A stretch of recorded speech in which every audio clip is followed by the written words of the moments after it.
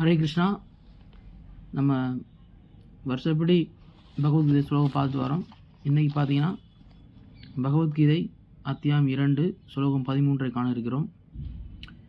தேகினோ அஸ்மின் யதா தேகே கௌமாரம் யௌவனம் ஜரா ததா தேகாந்தர பிராப்திர் தீரசத்திரன முக்கியதே. மொழிபெயர்ப்பு: தேகத்தை உடையவனின் உடல் சிறு வயது, இளமை, முதுமை என்று கடந்து செல்வது போல ஆத்மா மரணத்தின் போது வேறு உடலுக்கு மாற்றம் பெறுகின்றன. நிதானம் புத்தி உடையவர் இது போன்ற மாற்றத்தால் திகைப்பதில்லை. ஹரே கிருஷ்ணா. அந்த ஸ்லோகத்தில் பார்த்தீங்கன்னா நம்ம உடல் மாற்றம் எப்படி ஏற்படுது, மறுபிறவி எப்படி கிடைக்குதுன்னு வந்து சொல்லியிருக்கு. குழந்தையாக இருக்கும்போது பார்த்தீங்கன்னா நம்ம ஒரு 5 வயசு இருக்கும்போது நம்ம உடலோட மாற்றத்தை பார்த்தீங்கன்னா வேறு மாதிரி இருக்குது. கொஞ்சம் வளர்ந்து ஒரு 15 வயசில் பார்த்தீங்கன்னா நம்ம முகத்தோற்றம் உடல் வந்து மாற்றம் அடையுது. அதே மாதிரி இளமையிலேருந்து அப்போ முதுமை ஒரு நடுத்தர ஏஜ் 40 வயசு வரும்போது வேறு மாதிரி உடல் மாறுது. அப்புறம் வயசான பார்த்தீங்கன்னா முகத்தோற்றங்கள், உடலோட தன்மை எல்லாமே மாறி வருது. இதே மாதிரி தான் பகவான் ஸ்ரீகிருஷ்ணன் வந்து ஒரு எளிமையான உதாரணத்தை நம்ம எல்லாரும் புரியுத மாதிரி கொடுக்குறார். எப்படி உள்ளே இருக்க அந்த ஆத்மா உயிர் பார்த்தீங்கன்னா மாறுறது இல்லை. நம்ம ஒரு நபரோட அந்த ஆள் பார்த்தீங்கன்னா மாறாமல் இருக்காங்க. உடல் வந்து குழந்தையாக இருக்கும்போது வேறு மாதிரி இருக்கும், இளமையாக இருக்கும்போது வேறு மாதிரி உடல் மாற்றம், தோற்றம்லாம் மாறுது அப்படியோட. அதுக்கப்புறம் பார்த்தீங்கன்னா முதுமையாகும்போது மொத்தமாக தோலெல்லாம் சுருங்கி நம்ம உடல் தளர்ச்சி அடைந்து வேறு மாதிரி மாறுது. இப்போ இறந்த பிறகு என்ன ஆகுதுங்க, இதே மாதிரி தான் இறப்புங்கிறது பார்த்தீங்கன்னா எப்படி சின்ன வயசுலேருந்து இளமைக்கும், இளமையிலேருந்து முதுமைக்கும் வந்தோமோ அதே மாதிரி வேற ஒரு உடல் கிடைக்குது. இந்த ஆத்மா, அந்த உயிர் அந்த உடலை விட்டு பிரிஞ்ச பிறகு நம்ம ஃபோட்டோ கூட எடுத்து பார்க்கலாம். நம்ம வந்து சின்ன வயசில் நம்ம ஒரு ஃபோட்டோ எடுத்துருப்போம் 10 வயசு 15 வயசு. அதே ஃபோட்டோ ஒரு 40 வயசில் பார்த்தீங்கன்னா நம்ம எவ்வளோ வித்தியாசம் இருக்குன்னு தெரிஞ்சுக்கலாம். இப்போ இருக்கிறதுக்கு முன்னாடி ஒரு 15-20 வருஷத்துக்கு முன்னாடி ஃபோட்டோ எடுத்து பார்த்தோம்னா எவ்வளோ நம்மளுக்கு இந்த உடல் வந்து மாற்றம் அடைஞ்சிருக்கு அப்படின்னு தெரிஞ்சுக்கலாம். நம்ம வந்து மரணத்தை நோக்கி நம்ம போய்கிட்டு இருக்கோம் அப்படின்னு தெரியும். இந்த மரணங்கிறது பார்த்தீங்கன்னா வேறோட உடல் மாற்றம் தான் தவிர ஆத்மாவுக்கு வந்து அழிவு கிடையாது அப்படிங்கிறத பகவான் சொல்கிறார். இந்த ஒரு விஷயத்தை யார் புரிஞ்சுக்கிறதாங்களோ அதான் தீரர்னு சொல்கிறார். கிருஷ்ணா வந்து இங்கே ஒரு வார்த்தை வந்து தீரர்னா முக்கிய தந்தி. அது தீரர்னா நிதான புத்தி உடையவர்னு அர்த்தம். அவங்களுக்கு எந்த விதமான ஒரு கலங்கமே வராது. அவங்களுக்கு தெரியும், தன்னை உணர்ந்தவங்க, ஆத்மான்னு உணர்ந்து பகவானை பற்றி தெரிஞ்சவங்க, இந்த மாதிரி தத்துவங்கள் தெரிஞ்சவங்க வந்து பகவான் என்ன சொல்கிறாருன்னா அவங்களுக்கு நிதான புத்தி உடையவர். அவங்களுக்கு இறப்புக்கு அப்புறம் வந்து இந்த உயிர் அழியாது, வேறொரு உடல் கிடைக்குது. நம்ம எப்படி ஒரு சட்டை போடுதோம், கிழிஞ்சு போனால் வேறு சட்டை போடுறோம், அது அடுத்து ஸ்லோகத்தில் பகவான் சொல்லுவார். அதே மாதிரி நம்ம அந்த சின்ன வயசுலேருந்து இளமை, இளமையிலேருந்து முதுமை, முதுமைக்கு அப்புறம் வந்து வேற ஒரு உடலில் அந்த ஆத்மா போகுது. இங்கே ஆனால் வந்து இந்த உடல் எதுக்காக கொடுக்கப்பட்டிருக்குன்னா நம்ம அங்கே இந்த மனித பிறவி வந்து கிடைக்க ரொம்ப ரொம்ப அரிதானது. மற்ற விலங்குகள் பார்த்தீங்கன்னா கேள்வி கேட்டு நான் ஏங்க வந்தேன், எதுக்காக கஷ்டப்படுறேன், அந்த கேள்வி நானாக வந்து கிடையாது.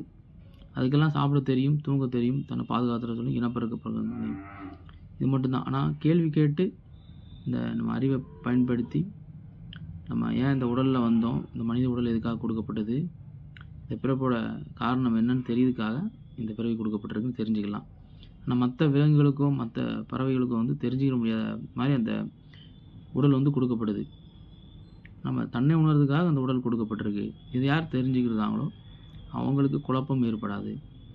இது தெரியாமல் வந்து நம்ம அந்த உடல் சம்மந்தப்பட்டதில் மூழ்கி இருக்கும்போது வந்து இறப்புக்கு அப்புறம் என்ன ஆகுமோ பயம் வரும், அழுகை, வருத்தம், கவலை. இதுக்கெல்லாம் காரணம் என்னென்னா நம்மளுடைய மாற்றங்களை வந்து நம்ம உணராமல் இருக்கோம்.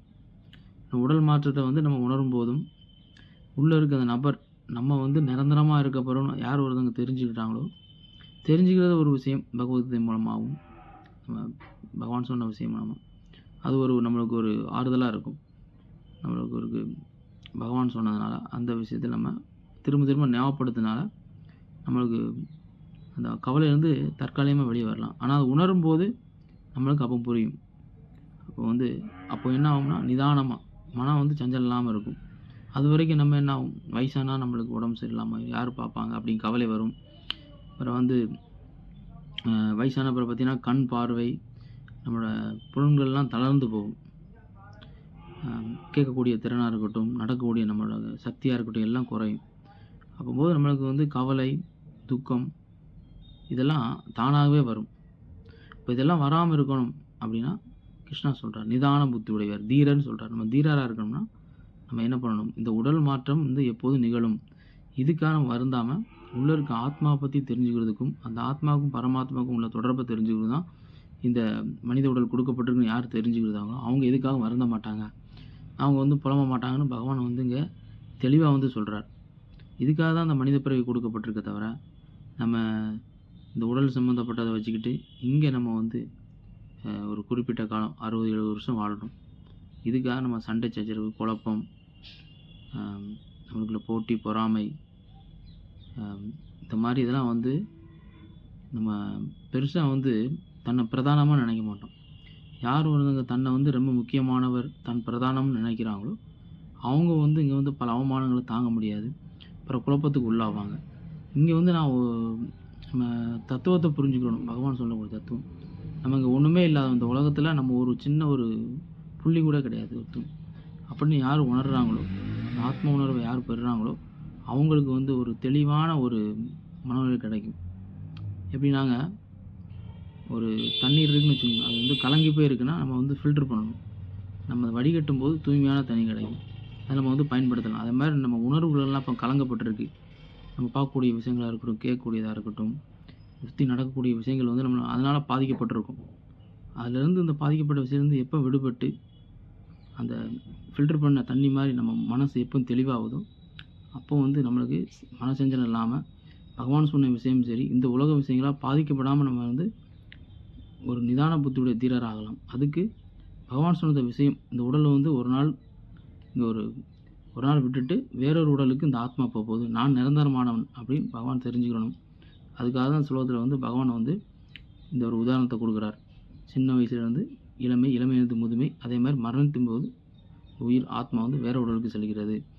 இதை யாரை வந்து புரிஞ்சுக்கிட்டாங்களோ நிதானமான அந்த புக்தி உடையவர் வந்து இதிலான வந்து அவங்களுக்கு எந்த வித குழப்பமும் ஏற்படாது, அவங்க இதனால் சஞ்சலம் அடையாமல் இருப்பாங்க அப்படின்னு பகவான் ஸ்ரீ கிருஷ்ணர் வந்து இதை தெளிவாக கூறுகிறார்.